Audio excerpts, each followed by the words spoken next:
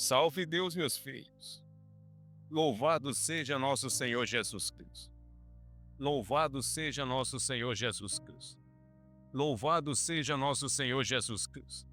Neste momento de luz, recolhem os pensamentos, aquietem o coração e permitam que a espiritualidade encontre passagem em cada consciência. Não venho diante de vós como aquele que acusa, nem como quem deseja medir o valor de qualquer filho. Venho como um velho servidor, trazendo a palavra simples que nasce da experiência, da caridade e da lei do auxílio. Eu sou o pai João de Enoque, chego com a permissão de nosso Senhor Jesus Cristo e sob a força bendita do Pai Seta Branca, para falar aos meus filhos do amanhecer. Traga comigo uma página do grande livro da consciência, aquele livro que não se fecha, que não se pede e que registra em silêncio não apenas os nossos atos, mas também as intenções que colocamos em cada gesto. Meus filhos, há momentos em que o homem acredita estar oferecendo tudo à missão, mas ainda não percebe o que verdadeiramente entrega. Há quem conte as horas de presença, os sacrifícios realizados e os trabalhos escutados, esquecendo-se de observar se o coração permaneceu sintonizado com o amor. Há também quem esteja distante do templo por uma necessidade legítima, cuidando de um enfermo, sustentando a família ou enfrentando uma prova, e mesmo assim esteja trabalhando diante do Pai. Graças a Deus, meus filhos. Por isso, nesse instante, Pai João vai trazer um relato que aconteceu nos mundos espirituais, aconteceu no plano físico, e esse Pai João registrou todo o acontecimento. Portanto, meus filhos, Pai João vai narrar, trazer essa história verídica, verdadeira, para que vocês possam compreender cada vez mais que a espiritualidade é simples e que muitos de vocês estão iludidos pelos broches, pela vaidade, pelo ego, pela ganância e pelo poder. E muitos estão chegando aqui vendo uma realidade completamente diferente. Mas a espiritualidade, filhos, é tão boa que mesmo aquela clarividente trazendo relatos que vocês conhecem, outras histórias de como a espiritualidade é razão, parece que ainda é insuficiente. Não está bom, né, meus filhos? Está insuficiente ainda. Porque, meus filhos, é preciso entender que tudo isto que foi trazido não é porque essa doutrina é melhor, é porque essa doutrina mexe com forças e luta contra forças que nós e vocês precisamos de grande respaldo. Mas é preciso entender que a doutrina do amanhecer, do Vale do Amanhecer, é simples, ela veio ao mundo, ela foi trazida simples e ela retornará aos mundos espirituais simples, em Cristo Jesus. Então, meus filhos, a história que Pai João quer trazer é a história de Paulo em Cristo Jesus. Um médium mestre, mestre Paulo em Cristo Jesus. Por isso, escutai esta história com o coração aberto. Não a recebais como julgamento, mas como espelho. Cada filho poderá encontrar nela um pouco de si mesmo. O desejo de ser reconhecido, a pressa em julgar, a dificuldade de conciliar a missão com as responsabilidades da terra e, acima de tudo, a oportunidade de compreender que o verdadeiro trabalho espiritual começa na humildade, que os mentores de luz envolvam este ambiente, que a força de Jesus nos conduza ao entendimento e que ao final dessas palavras cada filho possa perguntar a si mesmo com sinceridade: quando sirvo, estou realmente servindo ao próximo ou apenas procurando ser reconhecido? Era dia de retiro espiritual. O templo ainda estava vazio quando um jaguar, conhecido por Paulo, um ajanã dedicado, entrou para fazer arrumação e mantrar e defumar o ambiente. Com cuidado, ele preparava a casa de Seta Branca para receber os filhos que chegariam em busca de auxílio, equilíbrio e esclarecimento. Enquanto trabalhava, Paulo avistou um doutrinador que se harmonizava diante do Pai. Reconheceu naquele irmão um amigo que não via havia muito tempo e aproximou-se para cumprimentá-lo. Salve Deus, meu irmão. Há quanto tempo você anda meio sumido, não é mesmo? O doutrinador respondeu com humildade: Salve Deus, mestre Paulo. Estou enfrentando alguns problemas em casa. Minha esposa está acamada, pois passou por uma cirurgia, e tenho permanecido ao lado dela, prestando assistência. Paulo ouviu, mas não acolheu a dor do companheiro. Em vez de oferecer uma palavra de compreensão, respondeu: Mas, meu irmão, observe a sua missão, alertai. Essas coisas acontecem porque o jaguar não vem ao templo. Você sabe disso, não sabe? E dizendo isso, retirou-se. Meus filhos, naquela hora, Paulo falava de missão, mas não praticava a caridade.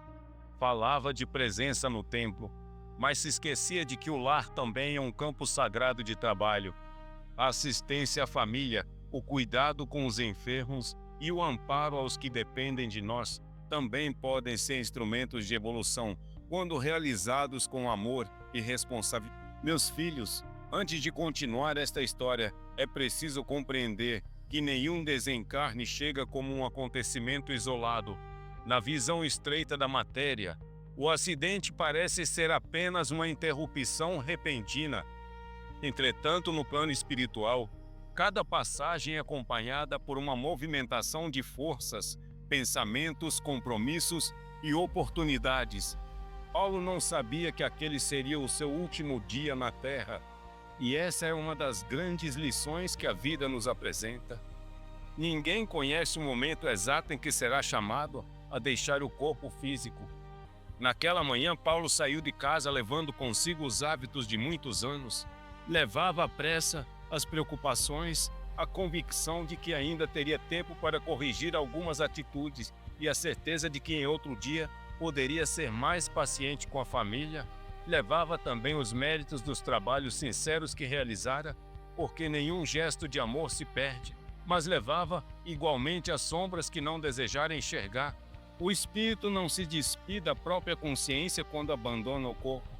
Não deixa na terra a maneira de pensar, as tendências, as mágoas e as ilusões. O desencarne retira a veste física, mas revela o conteúdo que cada um cultivou por dentro. O que somos diante do Pai não é o que declaramos ser, e sim aquilo que a nossa consciência consegue sustentar quando desaparecem os aplausos, os cargos e as justificativas. Por isso, filhos, a melhor preparação para a passagem não é o medo, é a vida reta, a consciência tranquila e o esforço diário para transformar o erro em aprendizado. O trabalhador que se observa enquanto vive não precisará esperar o outro plano para descobrir quem foi. O desencarne e a recepção na Pedra Branca. O dia transcorreu no templo. Na manhã seguinte, ao dirigir-se ao trabalho, Paulo sofreu um acidente e desencarnou. Ao chegar à Pedra Branca, encontrou seu mentor e seu cavaleiro que o aguardavam. Foi recebido com respeito e carinho pelos espíritos que ali estavam. No entanto, Paulo sentiu que a recepção era fria. Esperava uma grande celebração, homenagens e demonstrações especiais de reconhecimento pelos 30 anos que dizia ter dedicado à doutrina. Inconformado, perguntou: Salve Deus, é assim que vocês me recebem? Eu pensei que seria acolhido de outra maneira, afinal, foram 30 anos de trabalho incessante na doutrina. O preto velho respondeu com serenidade: Salve Deus, meu filho. Não há razão para essa preocupação. Todos são recebidos com o mesmo amor. Estamos felizes porque você chegou bem e cumpriu a trajetória que lhe cabia. Mas Paulo insistiu: Eu me dediquei muito. Quantas vezes deixei de acompanhar meus filhos em festas e reuniões escolares para vir ao templo? Quantas vezes deixei de dar assistência à minha família? Renunciei a viagens, à praia, ao cinema e a tantos momentos para trabalhar em favor da doutrina. Eu esperava uma recepção melhor. Então, pediu para falar comigo, dizendo acreditar que eu saberia reconhecer o seu valor. Diante de pai João de Enoque, após muita insistência, Paulo foi conduzido à minha presença. Chegou diante de mim acreditando que finalmente encontraria alguém que lhe daria razão. Salve Deus, meu filho amado. Você chegou bem? Perguntei. Salve Deus, pai João de Enoque. Cheguei bem, sim, senhor. Logo depois ele começou a reclamar. Falou sobre a recepção que recebera. Repetiu muitas vezes a palavra injustiça e esperou que eu confirmasse a sua indignação. Eu o escutava calmamente, abanando a cabeça com compreensão, não para provar o orgulho, mas para acolher o filho em sua perturbação.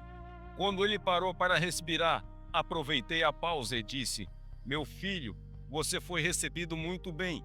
Foi acolhido da mesma forma que todos os missionários de Seta Branca. Não compreendo por que está tão aborrecido. Paulo respondeu: Mas, pai João, não se pode receber todos os jaguares da mesma maneira. O Senhor sabe que nem todos os mestres do amanhecer são iguais. Sim, meu filho, cada um possui sua história, suas lutas e seus méritos. Porém, diante do Criador, somos todos filhos. Não há espírito maior por vaidade, nem menor por aparência. O pai reconhece o esforço verdadeiro, mas não alimenta a ilusão de superioridade. Paulo ainda não se conformava de que adianta todo o esforço na terra se ele não é reconhecido neste plano. Trabalhei durante 30 anos. Acredito ter resgatado muitos espíritos sofredores e obsessores. Sinceramente, esperava ser recebido de modo especial. Olhei para ele com ternura e expliquei: Meu filho, o trabalho espiritual não é uma moeda de troca. A missão não é um título para ser apresentado diante do Pai. O verdadeiro trabalho não pede aplauso, não exige privilégio e não transforma o irmão em degrau. A caridade que espera recompensa ainda está aprendendo a amar. Diante de mim, Paulo trazia muitas palavras, mas ainda não trazia a serenidade necessária para escutar. Quando o filho chega ao plano espiritual carregando uma imagem exagerada de si mesmo, a primeira assistência não é uma homenagem, é o esclarecimento. A espiritualidade não deseja ferir, mas também não pode confirmar uma ilusão que impedirá o espírito de avançar. Eu vi em Paulo um homem que havia realizado coisas boas. Vi as madrugadas em que se levantara para atender a um chamado, os momentos em que ajudara um irmão e as ocasiões em que sua presença contribuíra para o equilíbrio de um trabalho. Nada disso estava perdido. Porém, via também que ele havia transformado parte desses esforços em uma conta pessoal, como se o bem pudesse ser somado para exigir tratamento especial. Meus filhos, quando fazemos uma caridade e imediatamente começamos a lembrar que fomos nós que fizemos, é sinal de que o gesto ainda pede amadurecimento. A caridade verdadeira permanece trabalhando em silêncio. Ela não precisa que o beneficiado se ajoelhe, que o grupo reconheça ou que a espiritualidade anuncie o nome de quem serviu. Há uma diferença entre reconhecer o próprio esforço e alimentar o orgulho. Reconhecer o esforço é agradecer a oportunidade recebida e procurar melhorar. Alimentar o orgulho é usar o esforço realizado para diminuir o outro, cobrar privilégios ou acreditar que as próprias falhas se tornaram menos importantes. O livro da consciência existe para todos. Nele, a espiritualidade não escreve com tinta, mas com a vibração de cada pensamento, palavra e atitude. Uma pequena palavra de consolo pode ocupar uma página inteira de luz. Uma frase de julgamento pronunciada diante de alguém fragilizado pode exigir muitas páginas de reparação. Um trabalho feito em silêncio pode ter mais valor do que uma longa permanência acompanhada de conflitos e distrações. Paulo pensou por alguns instantes e, ainda preso à sua revolta, afirmou: Então é verdade o que dizem, assim na terra como no céu. Aqui também existem injustiças e grupos privilegiados. Talvez fosse preciso colocar um livro de ponto na recepção dos templos para que se soubesse quem realmente trabalha. Os que mais trabalham deveriam ser recebidos com mais entusiasmo. Foi então que lhe respondi: Mas filho, esse livro de registro já existe.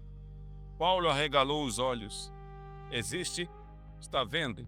Nunca me deram esse livro para assinar. Talvez somente alguns tivessem acesso a ele. Nesse momento sorri, não para humilhá-lo, mas para ajudá-lo a perceber a verdade que ainda não conseguia enxergar. Você assinou esse livro durante todos os seus 30 anos.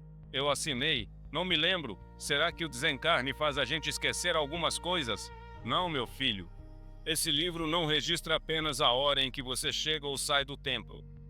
Ele registra a intenção, a atitude, o pensamento e o amor colocado em cada tarefa. Registra o irmão que você amparou, mas também a palavra que feriu.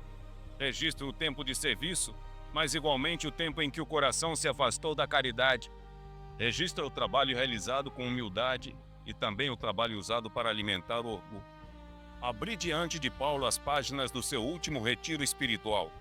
Você chegou ao templo às 8h30, não foi, filho? Foi sim, senhor, e saiu às 23. Paulo estufou o peito orgulhoso. Agora pensava, seu valor estava finalmente sendo reconhecido. Isso mesmo, pai João, naquele tempo ninguém trabalhava como eu. Está registrado, filho, que você participou da primeira mesa evangélica e por meio desse trabalho, muitos sofredores que aguardavam no setor evangélico puderam ser encaminhados. Nesse momento, você trabalhou com beleza e verdade. Sua presença foi útil e o seu coração esteve voltado para o bem. Paulo sorriu, sentindo-se justiçado. Continuei. Está registrado também que logo depois da mesa evangélica você foi à lanchonete do templo. Sim, pai João. Saí de casa sem tomar café da manhã, pois precisava chegar cedo. E o café estava bom, meu filho? Estava muito bom. Então compreendo por que você permaneceu aí na lanchonete. Paulo ficou sem jeito. Ainda assim tentou explicar. Depois encontrei um jaguar que faltava muito aos trabalhos espirituais. Fui orientá-lo a participar mais. Eu sei, meu filho. Mas observe, enquanto conversava fora do ambiente de trabalho, você perdeu tempo e envolveu-se em uma energia que poderia ter sido conduzida de maneira mais adequada dentro do templo, em favor dos necessitados. Quase perdeu o encerramento do primeiro intercâmbio. Passei então às páginas seguintes. No segundo intercâmbio você esteve presente. Trabalhou na primeira mesa e no trono. Porém, depois disso, só há novo registro de trabalho às 20h30. Paulo abaixou a cabeça. Eu tirei um pequeno intervalo para assistir a um jogo de futebol na televisão da lanchonete. Era uma final de campeonato, pai João. Mas o livro registra também que, no trono, você discutiu com o comandante. Na junção ficou preso ao pensamento de uma dívida. E em outro momento, desviou o olhar e o pensamento para uma ninfa que estava no templo. Continuei mostrando cada passagem daquele dia. Não havia acusação em minha voz. Havia apenas a verdade, porque a verdade, quando apresentada com amor, deixa de ser condenação e se torna remédio. Paulo descobriu que, naquele retiro, trabalhar espiritualmente menos de 4 horas. O restante do tempo fora dividido entre distrações, julgamentos, conversas, preocupações materiais, conflitos íntimos e pensamentos que o afastavam da sintonia. Ele permaneceu em silêncio. Pela primeira vez, compreendeu que o livro não contava apenas a sua presença física, contava aquilo que ele havia feito com a presença que recebera. Enquanto Paulo permanecia diante de mim, eu não lhe mostrava apenas o último retiro, mostrava-lhe também cenas da sua caminhada. Ele viu o dia em que um irmão chegou triste ao templo e pediu uma orientação. Paulo escutou por alguns minutos, mas interrompeu a conversa para contar aos demais como havia sido importante em um trabalho anterior. O irmão saiu sem o acolhimento de que necessitava, e Paulo sequer percebeu. Depois, viu outra ocasião em que sua esposa precisava de acompanhamento para uma consulta. Ele tinha um compromisso doutrinário e sentiu-se dividido. Poderia ter organizado a tarefa, pedido auxílio a outro irmão e cumprido os 2 deveres com equilíbrio.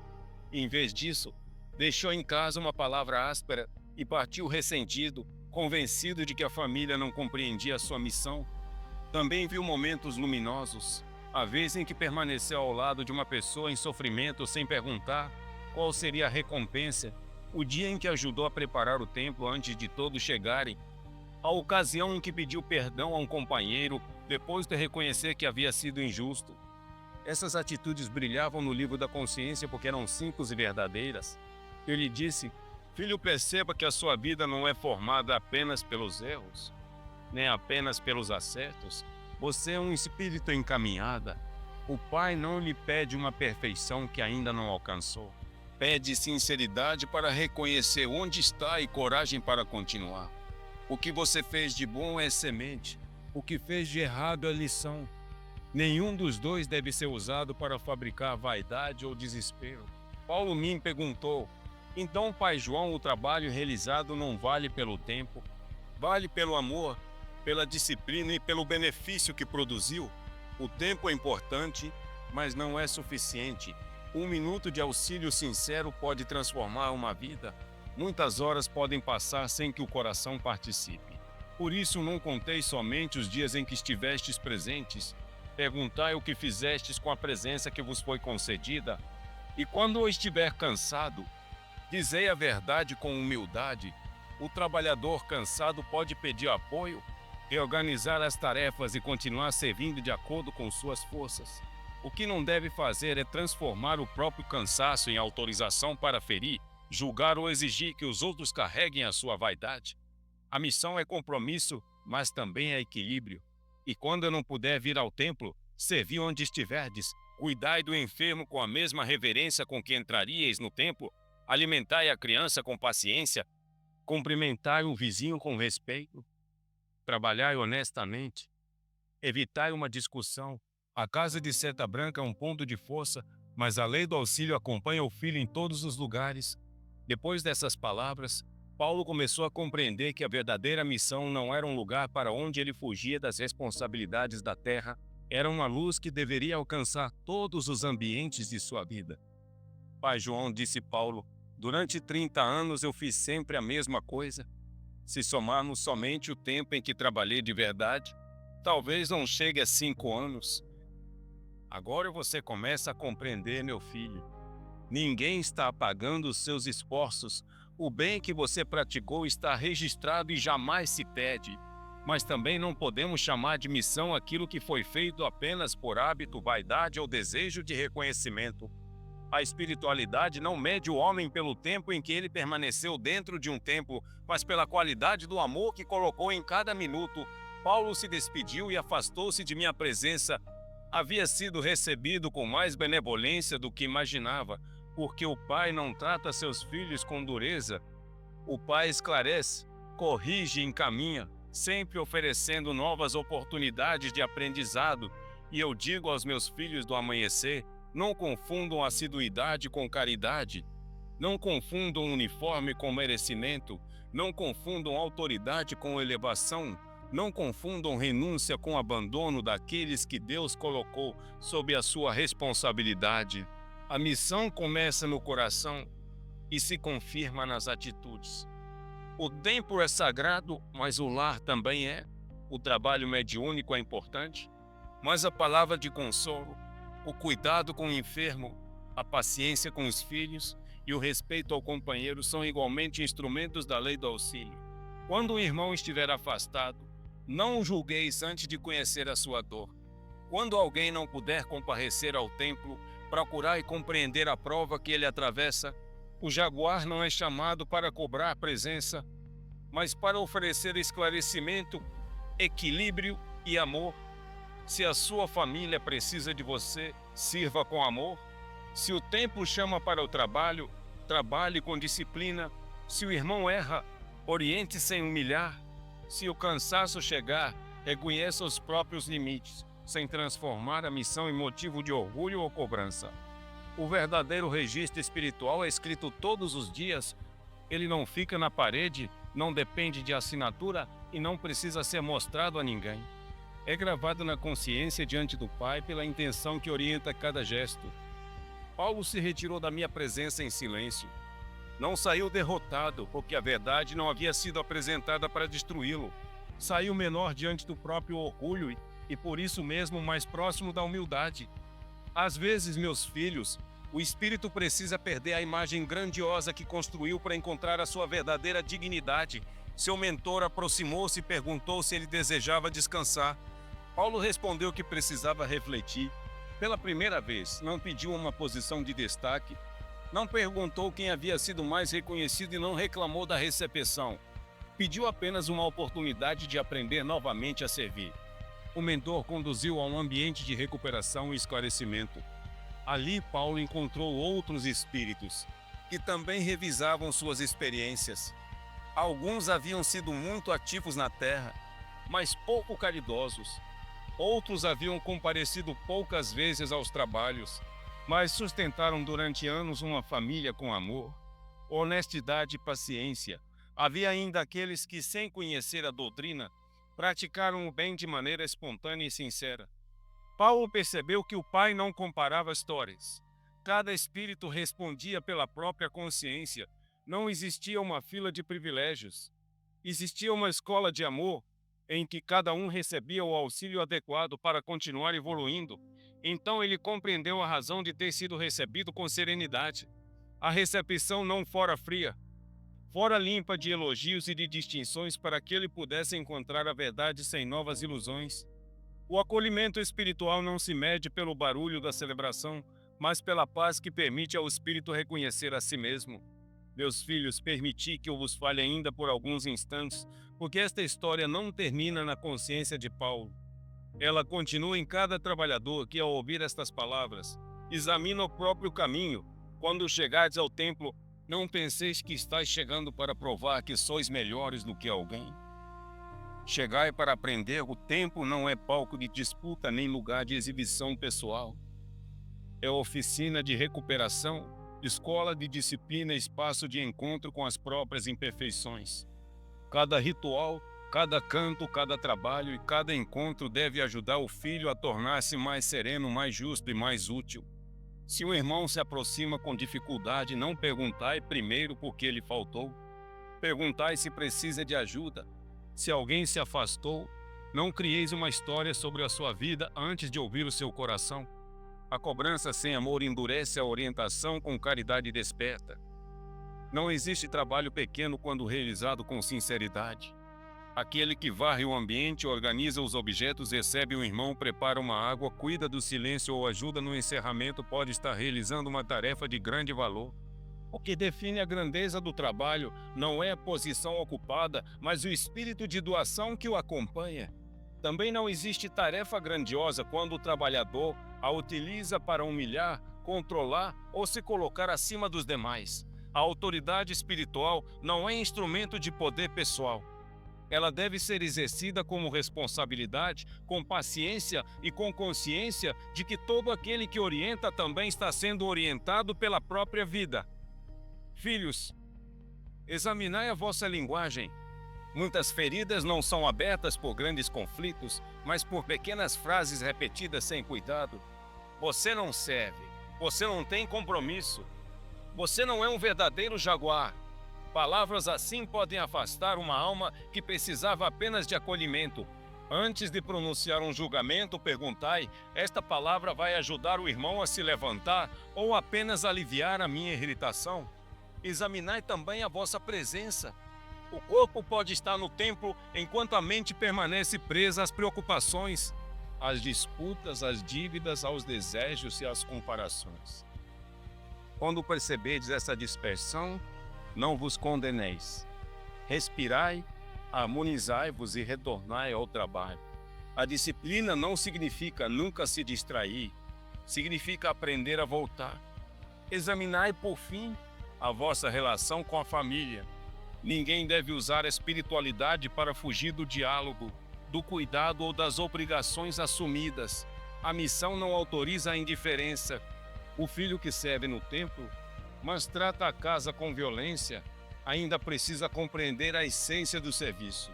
O filho que não pode comparecer porque está cuidando de um enfermo não deve ser tratado como ausente diante do pai. Em muitos casos, aquela cama, aquela sala e aquele silêncio são o próprio altar de sua prova. Se houver equilíbrio, encontrareis tempo para a missão e para os vossos deveres. Se houver necessidade de escolha, escolhei com consciência, sem culpa e sem orgulho. A doutrina não precisa de heróis solitários. Precisa de corações unidos, capazes de trabalhar sem transformar o serviço em competição. O livro da consciência está aberto hoje. Não esperai o desencarne para consultá-lo. Ao final de cada dia, perguntai a vós mesmos quem recebeu o meu melhor, quem recebeu a minha impaciência, onde eu fui útil, onde usei a missão para esconder uma vaidade, qual reparação posso iniciar amanhã? Essas perguntas não devem ser feitas com desespero, mas com coragem. A consciência não é um tribunal que deseja condenar, é uma luz que mostra o caminho de volta. Quando reconhecerdes um erro, não permaneçais paralisados. pedi perdão quando necessário, reparai o dano possível e mudai a atitude. O pai não exige que o filho nunca caia, espera que ele não transforme a queda em morada. Paulo aprendeu isso depois de atravessar o véu. Vós podeis aprender enquanto ainda tendes o corpo, a vós, a família, os companheiros e as oportunidades da terra. Essa é uma bênção que não deve ser desperdiçada. Salve Deus, meus filhos! Eu, pai João de Enoque, deixo esta reflexão no coração de cada um. Quando chegar o momento de prestar contas da caminhada, não perguntaremos quantas horas permanecemos no tempo, quantos títulos recebemos ou quantas pessoas nos admiraram.